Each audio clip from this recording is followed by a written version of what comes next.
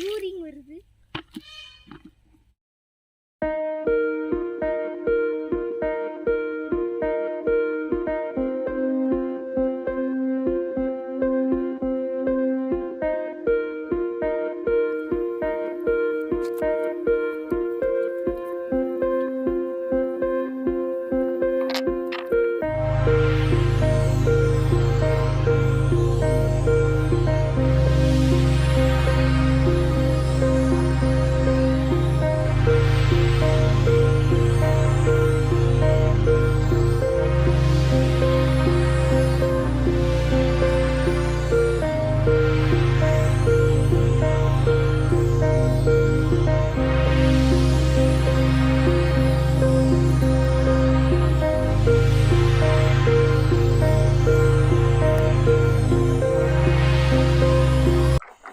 Hello friends, welcome to logo channel.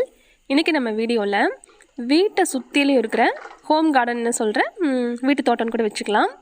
அந்த மாதிரி நமக்கு வீட்டை சுற்றிலே இருக்கிற வீட்டுக்கு தேவையான காய்கறி கொடுக்குற அந்த மிளகா நாற்று, தக்காளி நாற்று இதெல்லாம் வீட்டில் அங்கங்கே முளைச்சிருக்கும் பார்த்தீங்களா? அது எல்லாத்தையும் ஒரு இடத்துல நட்டு வச்சுட்டு கூடவே கொஞ்சம் செடிகளும் பார்த்துட்டு ரொம்ப இன்ட்ரெஸ்டிங்காக இந்த விலாக் நம்ம கொண்டு போகலாம். அதுக்கு முன்னாடி லோகோ சேனல் சப்ஸ்கிரைப் பண்ணாமல் பார்த்துட்டு இருந்தீங்கன்னா சப்ஸ்கிரைப் பண்ணிவிட்டு பக்கத்தில் இருக்கிற பெல்ல ஆல்ங்கிற ஆப்ஷன் கிளிக் பண்ணிக்கோங்க. இந்த வீடியோ பிடிச்சிருந்துச்சுன்னா லைக் பண்ணிவிட்டு ஷேர் பண்ணி கமெண்ட் பண்ணுங்கள். இதுக்கு முன்னாடி நான் நிறைய வீடியோஸ் போட்டிருக்கேன். எல்லாமே பார்த்திங்கன்னா இந்த தோட்டத்துக்குள்ளே இருக்கிற வீடு, கிராமம் அது மாதிரி தான் இருக்கும். நான் கொஞ்ச நாள் முன்னாடி ரோஸ் செடி 3 வாங்கிட்டு வந்தேன். 7 days ரோஸ் ஒன்று, எல்லோ ரோஸ் ஒன்று, அப்புறம் பட்டன் ரோஸ் ஒன்று. அது 3ஐயும் ஒரு பக்கெட்டில் போட்டு வச்சுருக்கிறேன். இந்த பக்கெட் பார்த்திங்கன்னா எப்படின்னா, நான் அடியிலையும் ஓட்டை போட்டுட்டு சைட்லேயும் ஓட்டை போட்டு வச்சுருப்பேன். அடியில் ஓட்டை போட்டுட்டு நம்ம அப்படியே வச்சிட்டோன்னா அந்த மண் போய் சேர தண்ணி ஊற்ற சேராகி அப்படியே கெட்டியாகி அந்த ஓட்டை அடைச்சி போயிடும். அப்புறம் நம்ம வைக்கிற செடியில் நம்ம தண்ணி ஊற்ற அந்த எக்ஸ்ட்ராவாக இருக்கிற தண்ணி பார்த்திங்கன்னா அந்த பக்கெட்லேயே தங்கி செடி இத்து போயிடும். இந்த மாதிரி நான் முன்னாடியே பண்ணியிருக்கிறேன். அந்த தப்பு பண்ணக்கூடாதுன்ட்டு தான் நான் இப்போ சைட்லேயே கம்பி வச்சு ஓட்டை போட்டு வச்சுருக்கிறேன். அப்படி பார்க்கும்போது நீங்கள் அடியில் இருக்கிற ஓட்டை அடைச்சாலுமே சைடில் இருக்கிற ஓட்டை வழியாக அந்த எக்ஸ்ட்ரா வாட்டர் வெளியில் போயிடும். எனக்கு இன்னும் கொஞ்சம் ரோஸ் செடி கொஞ்சம் நிறையா வாங்குற மாதிரி ஐடியா இருக்குது. ஒருவேளை உங்களுக்கு ரோஸ் செடி எப்படி வைக்கிறது, அது எப்படி வளர்க்குறதுன்னு உங்களுக்கு வீடியோ வேணும்னா கண்டிப்பாக எனக்கு கமெண்ட்டில் சொல்லுங்கள். நான் அடுத்த தடவை ரோஸ் செடி வாங்கிட்டு எப்படி நான் அதை ப்ராசஸ் பண்ணி வைக்கிறேன்றது காட்டுறேன். இன்னொரு பக்கம் பார்த்திங்கன்னா, இது ரொம்ப நாள் முன்னாடியே போட்டு வச்சது. காரவாசலில் கேட்டுக்கு முன்னாடியே வச்சுருக்கிறேன். ஒரு பாலித்தீன் கவரில் காஷ்மீரி மிளகாயோட விதை தான் போட்டு வச்சேன். அது பார்த்திங்கன்னா ஒரு 2-3 செடி வந்தது. ஒரு செடி மட்டும் அந்த பேக்கெட்லேயே விட்டுட்டு மீதி இருக்கிற செடியை வேறு பக்கம் நட்டேன். வேறு பக்கம் இருந்த செடியெல்லாம் பார்த்திங்கன்னா மருந்தடிச்சு அது போயிருச்சு. இந்த பேக்கெட்டில் இருக்கிறது மட்டும் பார்த்திங்கன்னா ஒரு மிளகா காய்ச்சுது. அதுக்கப்புறமா நிறையா பூ பூத்துது. அது என்னாச்சுன்னு பார்த்திங்கன்னா, இந்த கேட்டோட சூடும் அப்புறம் தண்ணி நான் சரியாக ஊற்றலை. அங்கேயும் போயிட்டு தண்ணி சரியாக ஊற்றாததுனால அந்த தண்ணி பற்றாததுனாலையும் அந்த பூவெல்லாம் கொட்டிருச்சு.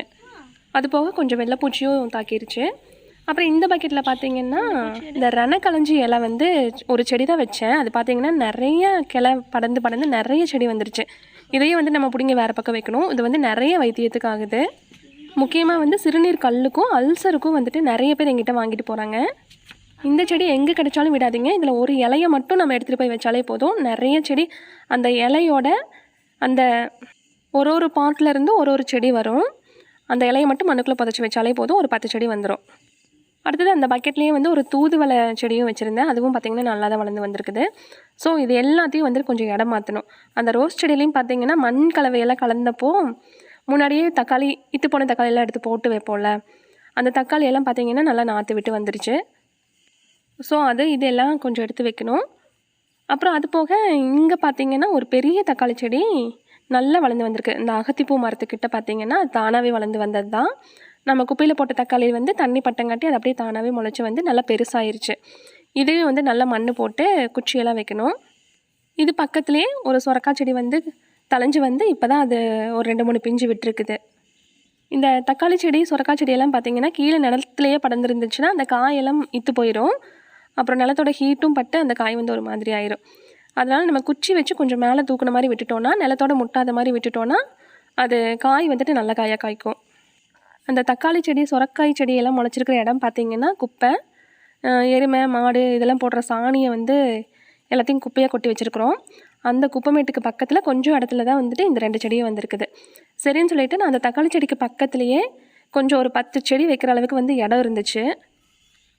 அதனால் இந்த ரோஸ் செடியில் பக்கெட்டில் இருக்கிற தக்காளி செடி, அப்புறம் இந்த பக்கெட்டில் இருக்கிற மிளகாய் செடி, அப்புறம் அந்த ரணக்களஞ்சி அது எல்லாத்தையும் வந்து பிடுங்கி கொண்டு போய் அங்கே குழி பறித்து நெட்டி வச்சிடலான்னு சொல்லிட்டு அங்கே வந்து இந்த கொத்து வச்சு ஃபஸ்ட்டு பறித்து பார்த்தேன். அதில் வந்து குழி தான் தோண்ட முடியுமே தவிர அந்த பில்லெல்லாம் செதுக்கிட்டு வரல. அதனால் சஷ்வின் கிட்ட கேட்டு சின்ன மம்மட்டி வாங்கி பில்லெல்லாம் செதுக்கி விட்டுட்டு ஒரு குழியாக வந்து இதில் வந்து கொத்தி விட்டுட்டேன். இங்கே நம்ம செடி வச்சோன்னா தண்ணி வந்து டெய்லி கொண்டு போய் ஊற்றுற மாதிரி தான் இருக்கும். இனிமேல் பார்த்திங்கன்னா நல்ல வெயில் காலம்தான். ஸோ காலையில் ஒரு தடவை, சாயந்தரம் ஒரு தடவைன்னு 2 தடவை வந்துட்டு ஒரு 4-5 பக்கெட் வந்து கொண்டு போய் ஊற்றுற மாதிரி தான் இருக்கும்.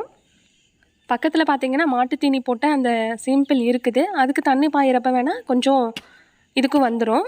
அதுக்கு தண்ணி வந்து பார்த்திங்கன்னா 10 நாளைக்கு ஒரு தடவை, வாரத்தில் ஒரு தடவை தான் விடுவாங்க. ஸோ மற்ற நாளில் நம்ம கொண்டு போய் ஊற்றுற மாதிரி தான் இருக்கும்.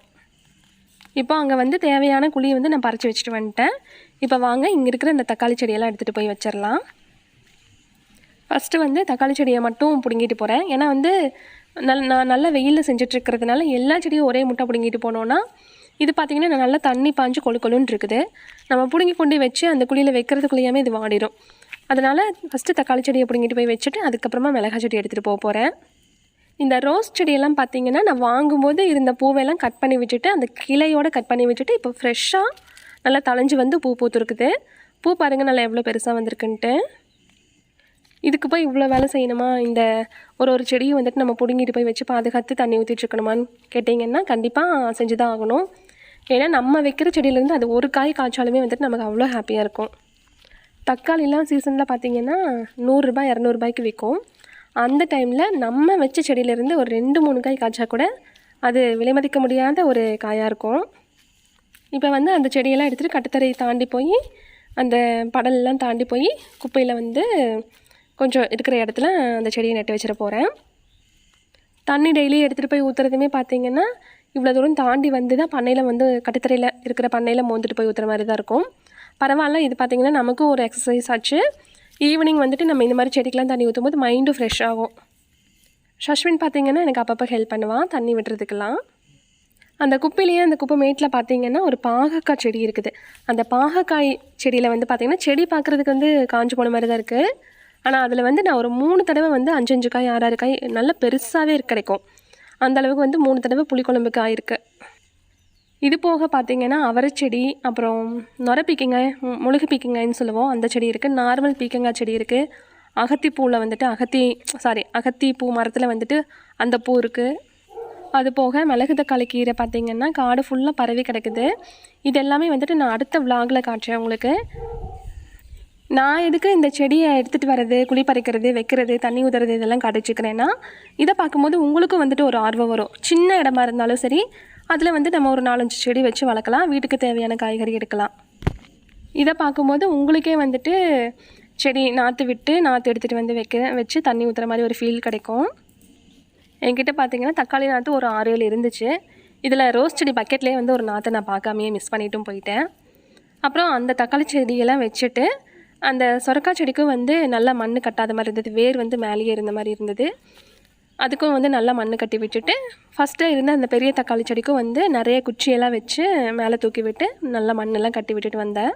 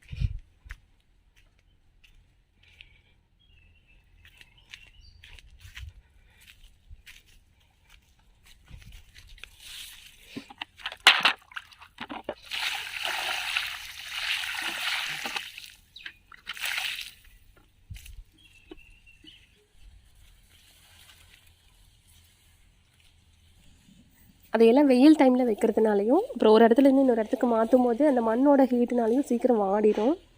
அதனால் அதுக்கு தேவையான தண்ணியை வந்துட்டு நான் அப்பயே ஊற்றிட்டு வந்துட்டேன். அந்த தக்காளி நாட்டோட வேலையை ஃபுல்லாக முடிச்சதுக்கு அப்புறமா தான் அந்த ரணக்களஞ்சியும் காஷ்மீர் மிளகாய் செடி, நார்மல் மிளகாய் செடி அது எல்லாத்தையும் வந்து எடுத்துகிட்டு போய் அதுக்கப்புறமா தான் குழி பறித்து வச்சேன். அந்த தக்காளி செடி வச்சதுக்கு அப்புறமா பார்த்திங்கன்னா கொஞ்சம் இடம் மீதி இருந்துச்சு. சரி ஓகேன்னு சொல்லிவிட்டு நான் அங்கேயே வச்சுட்டேன். அப்போ தான் தண்ணி ஊற்றுறதுக்கு வந்துட்டு நமக்கு சௌகரியமாக இருக்கும். இந்த காஷ்மீர் மிளகாய் செடி பார்த்திங்கன்னா இந்த பாக்கெட்டில் வேர் வந்து மேலேயே தெரிய ஆரம்பிச்சிருச்சு. ஷஷ்வின் வந்து அன்றைக்கி வாசல் கழுவும் போது அந்த ஹோஸ்லேருந்து ஃபோர்ஸை தண்ணியை வர விட்டுட்டா ஃபுல்லாக வெறும் மேலே தெரிய ஆரம்பிச்சிருச்சு. இன்னும் கொஞ்ச நாள் இருந்தால் அந்த செடியை வந்து வாடி போயிருக்கும், அப்படியே காஞ்சே போயிருக்கும். அந்த பேக்கெட் ஓப்பன் பண்ணிவிட்டு பார்க்குறேன், அந்த பேக்கெட் ஃபுல்லாகவே மிளகாய் செடியோட வேறு தான். மிளகாய் செடி பார்த்திங்கன்னா நம்ம ஒரு தடவை வச்சிட்டோன்னா அது திரும்ப திரும்ப அந்த இலையை மட்டும் நம்ம உருவி விட்டோன்னா போதும், திரும்ப திரும்ப வருஷம் வருஷம் அது காஞ்சிட்டே தான் இருக்கும்.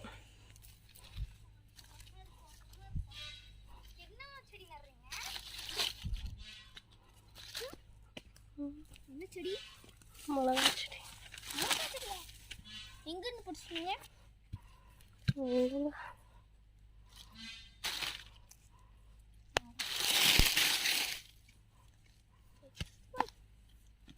ஏதோ செடியில் கொண்டு வந்துருக்கீங்க. சரி, என்னோட டிராக்டர் எடுத்துறேன், பெரிய டிராக்டர். எனக்கு யூரின் வருது. யூரியன்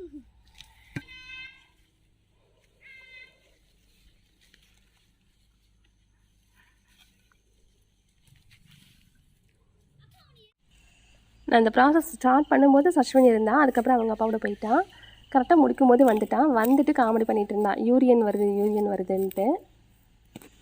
இந்த செடி பார்த்திங்கன்னா வீட்டுக்கு முன்னாடியே இருக்கிற பண்ணைக்கீரை செடி தான். இதை எங்கள் வீட்டுக்கு வரவங்க எல்லாருமே வந்து இது அரளிப்பூ செடின்னு நினச்சிட்டு இருந்தாங்க. அந்த அளவுக்கு பார்த்திங்கன்னா நல்லா செழிப்பாக வளர்ந்துருந்துருச்சு. இதுக்கப்புறம் ஷஷ்வின் வந்து வயலெல்லாம் பாத்தி கட்டி அதுக்கு வாய்க்கால் போட்டு தண்ணி பாய்ச்சிட்டு இருக்கிறான். அதை அவனே எக்ஸ்பிளைன் பண்ணுறா பாருங்கள். இதுதான் வயலு. இதில் தான் டிராக்டர் வரும். இது அந்த செடிக்கும் அந்த பூவுக்கும் தண்ணி வரைக்கும் இப்படி வந்து வாய்க்கால் போட்டு விட்ருக்கேன். இந்த காட்டுக்கு பார்த்தீங்கன்னா இதை எடுத்து இங்கே வச்சிட்டு அதை எடுத்து இங்கே வச்சுக்கிட்டோன்னா வேலை முடிஞ்சுது. மடமாறுறதா? மடமாறி வைக்கிறது. இங்கேயும் பூ வச்சுக்கிறேன். என்ன இப்போ தான் உழவு ஓட்டிருக்கிறியா, விதைச்சிருக்கிறியா? பத்தா உழவு ஓட்டியிருக்கேன். ஏதாச்சும் விதை போட்டால் பண்ணலாம். ஓகே, இதுக்கு அடுத்த விளாகில் நம்ம இன்னும் கொஞ்சம் கீரை நிறையா, அப்புறம் காய் வந்துட்டு விதவிதமான காய் வந்து வீட்டுக்கு தேவையான காய் நம்ம வீட்டிலையே ஒரு தடவை மட்டும் விதை போட்டால் போதும். அது அடுத்தடுத்த வருஷம் வந்துட்டு நம்ம அதை கவனிக்கவே தேவையில்லை, தானாகவே முளைச்சி வந்து காய் கொடுக்கும். அந்த மாதிரியான செடியெல்லாம் நம்ம அடுத்த விளாகில் பார்க்கலாம். இந்த வீடியோ பிடிச்சிருந்தா லைக் பண்ணி ஷேர் பண்ணி உங்களோட கருத்துக்களை கமெண்ட்டில் சொல்லுங்கள். சப்ஸ்கிரைப் பண்ணாமல் பார்த்துட்டு இருந்தீங்கன்னா சப்ஸ்கிரைப் பண்ணிவிட்டு பக்கத்தில் இருக்கிற பெல் ஆன்கிற ஆப்ஷன் கிளிக் பண்ணிக்கோங்க. தேங்க்ஸ் ஃபார் வாட்சிங்.